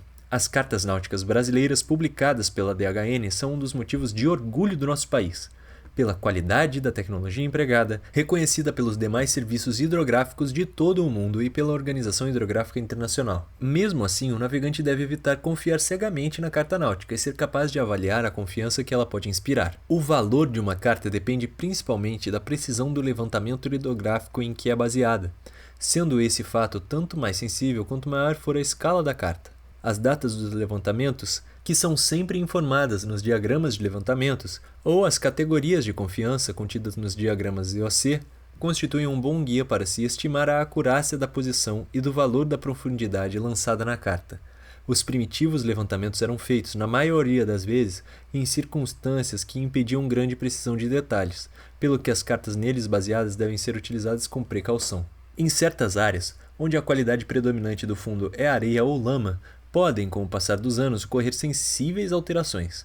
É mesmo possível afirmar que, exceto nos portos muito frequentados e em suas proximidades, em nenhum levantamento hidrográfico até agora executado, o exame do fundo foi suficientemente minucioso para se poder ficar certo de que todos os perigos foram encontrados e delimitados. Outra maneira de se avaliar a qualidade de uma carta é pelo exame da quantidade e da distribuição das sondagens nela mostradas. Quando as sondagens são esparsas e irregularmente distribuídas, pode-se considerar que o levantamento não foi feito com grande detalhe. Deve-se ter sempre em mente que o principal método para conhecer o relevo do fundo do mar é o laborioso processo de sondagem, executado em um levantamento hidrográfico. Nesse processo, uma embarcação ou navio conserva-se sobre determinadas linhas planejadas e obtém a profundidade por meio de uma sondagem sonora com ecobatímetro sobre uma área diminuta, que representa o relevo submarino de uma faixa de pouca largura. Por vezes, não havendo indícios da existência de um alto fundo, sua localização pode escapar quando se sondam duas linhas que o ladeiam, sendo essa possibilidade tanto maior quanto menor for a escala da carta. As cartas costeiras, por serem de maior escala, não podem ser consideradas como infalíveis, não se devendo em uma costa rochosa, navegar por dentro da linha de 20 metros de profundidade sem se tomar toda a precaução para evitar um possível perigo. Mesmo em carta de grande escala, os navios devem evitar passar sobre fundos irregulares nelas representados, porque algumas pedras isoladas são tão escarpadas que, na sondagem, pode não ter sido encontrada a sua parte mais rasa. Espaços em branco entre as profundidades podem significar que nesses trechos não se fizeram sondagens. Quando há bastante fundo em torno de tais trechos, podem eles ser considerados como de profundidade grande e uniforme. Porém, quando as sondagens indicam pouca água e o resto da carta mostra a existência de pedras e altos fundos, esses espaços em branco devem ser considerados como suspeitos. Por conseguinte, as linhas de sondagem devem ser sempre consideradas como representando o relevo submarino apenas nas suas proximidades imediatas, exceto nas cartas náuticas mais recentes, sondadas com uso de acobatímetro multifeixe ou sonar de varredura lateral, onde o fundo marinho pode chegar a ter 100% de insonificação em toda a área sondada. Qualquer nota inserida na carta náutica deve ser lida com atenção, pois traz informações relevantes e impossíveis de serem representadas graficamente. As notas de precaução são especialmente importantes, merecendo todo o cuidado. Se houver uma derrota aconselhada traçada na carta, o navio deverá navegar sobre ela. As derrotas aconselhadas representadas em cartas náuticas de grande escala devem ser interpretadas conforme a definição adotada pela OHI, que estabelece derrota aconselhada é uma linha indicada na carta náutica que foi especialmente investigada para assegurar que está livre de perigos e ao longo da qual se recomenda às embarcações navegar. Finalmente, é oportuno recordar que, em qualquer tipo de navegação, deve-se utilizar sempre a carta náutica de maior escala disponível, que representará com maior grau de detalhe a topografia do fundo, os perigos existentes e os pontos notáveis e os auxílios à navegação. A atualização das cartas náuticas. As cartas náuticas, assim como as demais publicações de auxílio à navegação, só podem inspirar confiança quando são mantidas atualizadas. Correção das cartas náuticas em papel a bordo. Ao se usar uma carta recém-adquirida, o navegante deve verificar se não há nenhum aviso permanente que a tenha alterado após o último aviso nela registrado, e deve anotar todos os avisos radiotemporários e preliminares que afetam e continuam em vigor, de acordo com o último folheto quinzenal de avisos aos navegantes. Todas as alterações que afetam a segurança da navegação e podem ser introduzidas na carta, à mão ou por colagem de trecho são divulgadas por avisos aos navegantes. Nessas correções é importante observar os seguintes critérios. Devem ser usadas as convenções da Carta 12.000 da DHN, os acréscimos devem ser feitos de maneira a não prejudicar qualquer informação já existente na carta, e as informações canceladas ou corrigidas em caráter permanente devem ser riscadas a tinta vermelha, nunca rasuradas. E as notas de precaução, proibição, marés, correntes, etc., devem ser colocadas em local conveniente, de preferência próximo ao título, quando o aviso aos navegantes não especificar a posição onde devem ser inseridas. As alterações decorrentes de aviso rádio, geralmente referentes a derrelitos perigosos à navegação, extinção temporária de luzes, retirada temporária de auxílios à navegação e outras informações de caráter urgente devem ser inseridas a lápis na carta afetada e apagadas logo que o aviso as cancelar ou na data que for determinada pelo aviso que as divulgou. Estas alterações, enquanto em vigor, são repetidas no folheto quinzenal de avisos aos navegantes.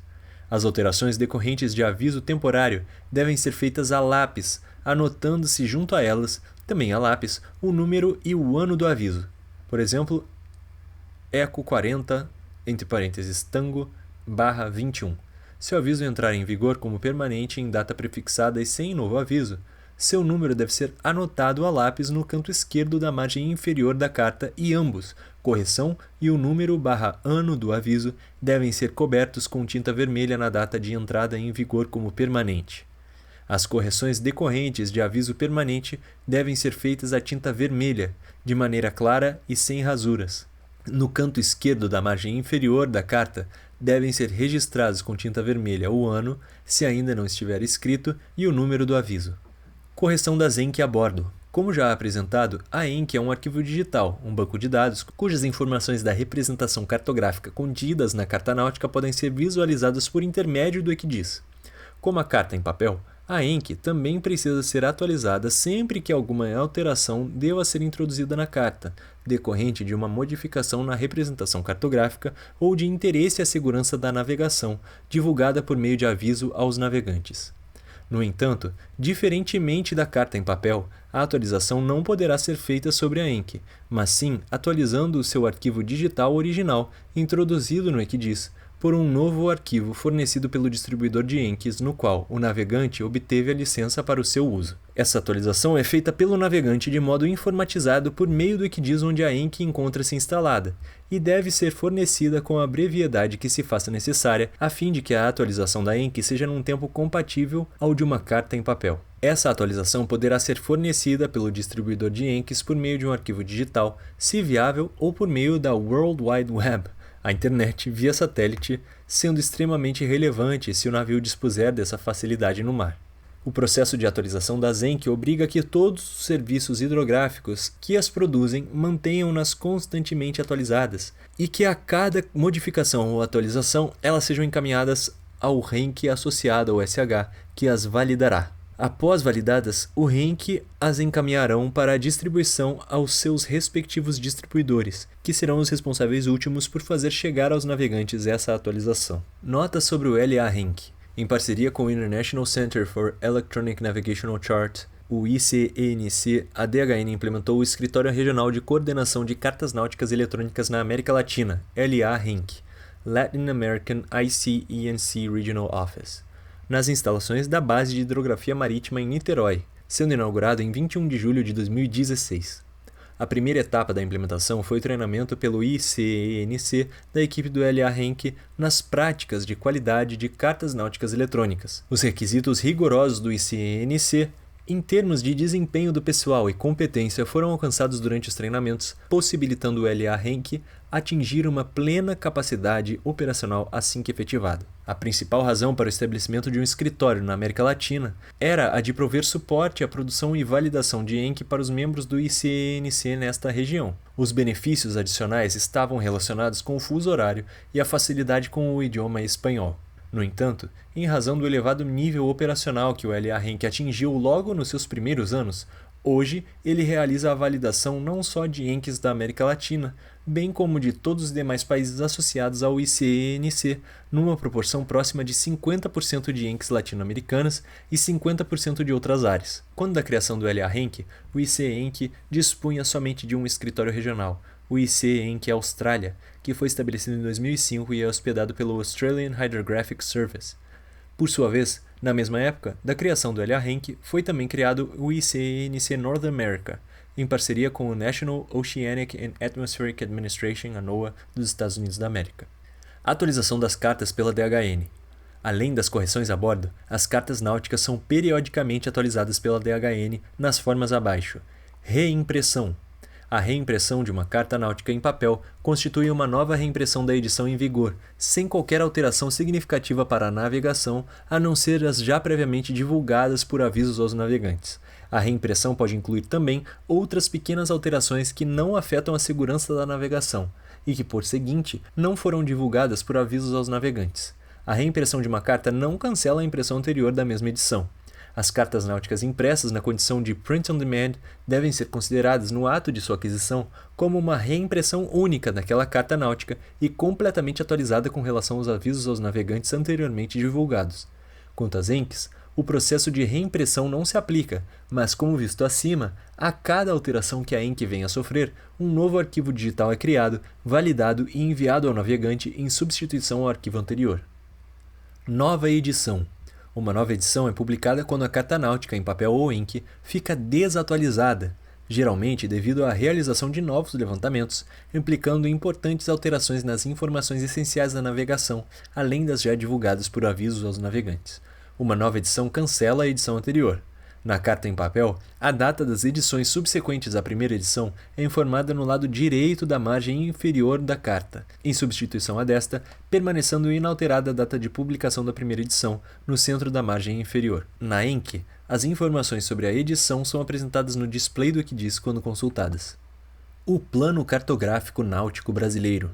A DHN é o órgão da Marinha do Brasil incumbido de executar e controlar todo e qualquer levantamento hidrográfico em águas interiores e em águas jurisdicionais brasileiras, sendo a edição de cartas náuticas e a execução dos levantamentos hidrográficos para este fim atribuições exclusivas da DHN. O primeiro Plano Cartográfico Náutico Brasileiro foi o mais antigo plano cartográfico do Brasil.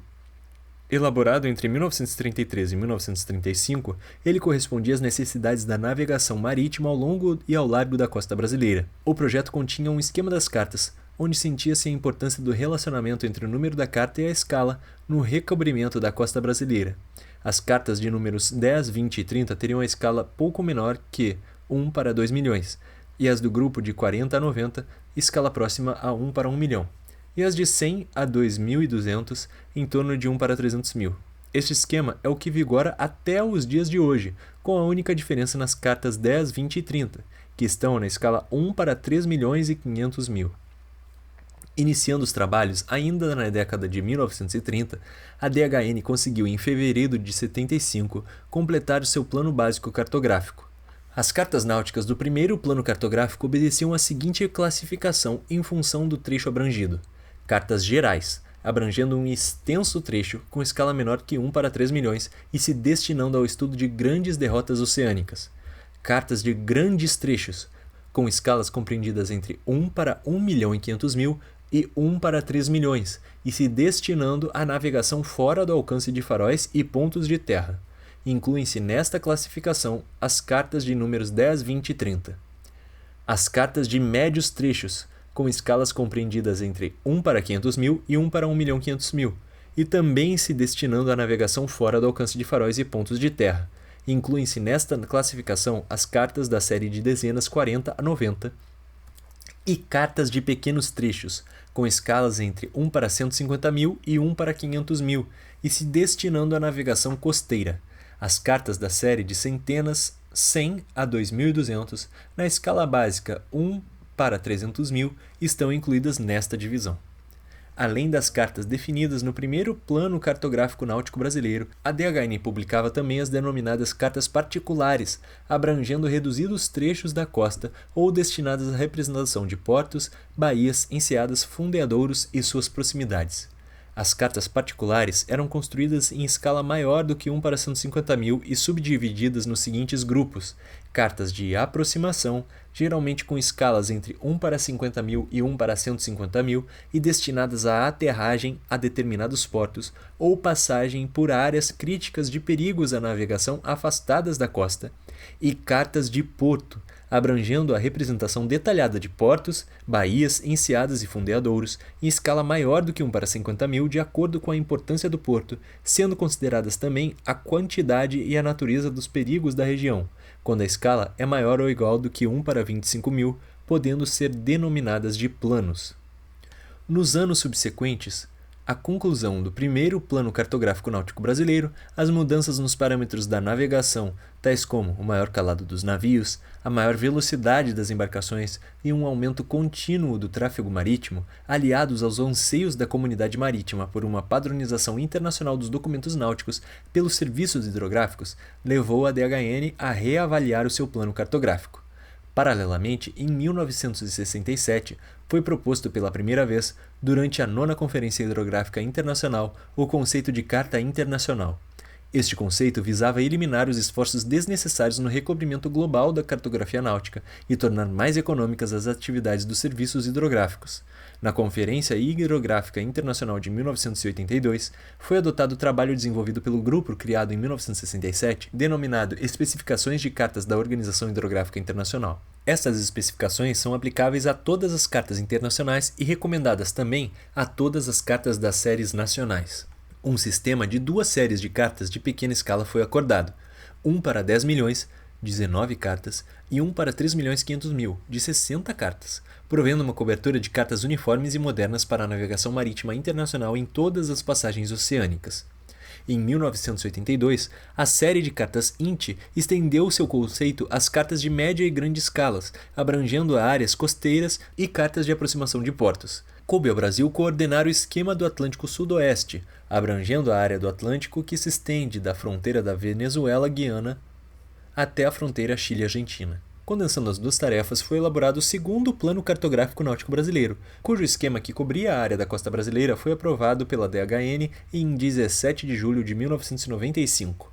Esse esquema continha 8 cartas apresentando coberturas oceânicas mais abrangentes, na escala de 1 para 1 milhão, e uma outra série de 26 cartas na escala de 1 para 300 mil, adotando-se a numeração das cartas internacionais, cartas INT, em substituição ao modelo antigo de numeração na série 100. Com o surgimento de novas técnicas de posicionamento e com o intuito de aumentar a qualidade dos levantamentos, a OHI elaborou e publicou novas normas, dentre as quais exigia-se a adoção de posicionamento referenciado a um sistema geocêntrico compatível ao Sistema Internacional de Referência Terrestre, como o WGS na atualidade. Apesar de os planos cartográficos náuticos pretéritos atenderem às demandas do país, houve a necessidade de atender às novas exigências, dentre as quais a adequação das cartas náuticas brasileiras aos padrões internacionais, além de disponibilizar as cartas náuticas eletrônicas de toda a costa brasileira, incluindo as coberturas dos principais portos do país. Dessa feita, surge o terceiro Plano Cartográfico Náutico Brasileiro, aprovado pela DHN em 19 de julho de 2016, com o propósito de consolidar os planos cartográficos náuticos brasileiros existentes, de modo a orientar o processo de atualização cartográfica por meio de atribuição de prioridades e de um cronograma de trabalho plurianual, possibilitando o correto controle e aperfeiçoamento do planejamento, execução e coordenação das atividades hidrográficas e cartográficas. A elaboração do plano foi norteada por várias premissas, dentre as quais destacam-se: segurança da navegação, foco na navegação comercial, padronização de escalas das cartas náuticas em papel, redução da superposição entre as cartas náuticas em papel, compatibilização entre as escalas das cartas náuticas em papel e as escalas de compilação das cartas náuticas eletrônicas e a adequação às especificações técnicas da OHI para cartas náuticas. O terceiro Plano Cartográfico Náutico Brasileiro é formado por 2 subplanos: o subplano das cartas náuticas em papel e o subplano cartas náuticas eletrônicas. O esquema de cartas apresenta a seguinte composição: alfa, subplano de cartas náuticas em papel, com 564 cartas distribuídas da seguinte forma: 7 cartas oceânicas, com escalas de 1 para 3 milhões e 500 mil até 1 para 10 milhões, 8 cartas gerais de escala de 1 para 1 milhão, 26 cartas costeiras de escala de 1 para 300 mil, uma carta da Bacia de Campos de escala 1 para 300 mil, 36 cartas de aproximação de escalas de 1 para 75 mil até 1 para 100 mil, 60 cartas de porto de escalas até 1 para 30 mil, 4 cartas de ilhas oceânicas de escalas de 1 para 15 mil a 1 para 200 mil, 175 cartas para a Bacia Amazônica, 143 cartas para a Bacia do Rio Paraguai, 86 cartas para a Hidrovia Tietê-Paraná, 12 cartas para a Hidrovia Uruguai-Brasil e 6 cartas da região Antártica, escalas de 1 para 40 mil até 1 para 200 mil. O subplano Cartas Náuticas Eletrônicas, com 198 ENC cobrindo as áreas marítimas fluviais, onde existe a navegação solas, e distribuídas da seguinte forma: 8 ENCs gerais BR2, 29 ENCs costeiras BR3, 78 ENCs de aproximação BR4, 73 ENCs de porto BR5 e 10 ENCs de atracação BR6. Em linhas gerais, a DHN tem editadas as seguintes cartas: cartas da costa brasileira, cartas oceânicas, gerais, costeiras, de aproximação, de portos e de atracação. Cartas náuticas fluviais, cartas da bacia amazônica, cartas da bacia do Rio Paraguai, cartas da hidrovia Tietê-Paraná e cartas da hidrovia Uruguai-Brasil. Cartas internacionais, cumprindo a resolução da OHI, no sentido de que os Estados-membros que possuíssem maiores condições técnicas seriam responsáveis pela confecção de cartas internacionais na sua região, coube à DHN a preparação de 34 cartas internacionais, sendo 8 na escala de 1 para 1 milhão e 26 na escala de 1 para 300 mil, todas já publicadas. Cartas da Antártica. Com a preparação do Brasil como membro consultivo do Tratado Antártico e possuindo estação de pesquisa na região, fez-se necessário um planejamento de 6 cartas da área, todas prontificadas. Cartas náuticas de áreas estrangeiras. As atividades cartográficas da DHN não se têm limitado às cartas náuticas da costa brasileira. O desenvolvimento da navegação mercante nacional veio exigir a construção de cartas abrangendo águas estrangeiras. Assim sendo, a DHN já construiu e publicou cartas do Rio da Prata e da Costa das Guianas. A publicação de tais cartas não obedecia a qualquer plano específico, dependendo tão somente da necessidade do tráfego marítimo brasileiro em suas rotas internacionais. Por outro lado, elas não procediam totalmente de levantamentos hidrográficos brasileiros. Assim, a sua construção tinha por base a compilação de cartas estrangeiras, principalmente cartas americanas, britânicas, francesas, alemãs e argentinas. Atualmente, as cartas do Rio Paraguai no trecho paraguaio são produzidas pela DHN e a partir de levantamentos hidrográficos brasileiros. Outros documentos cartográficos publicados pela DHN.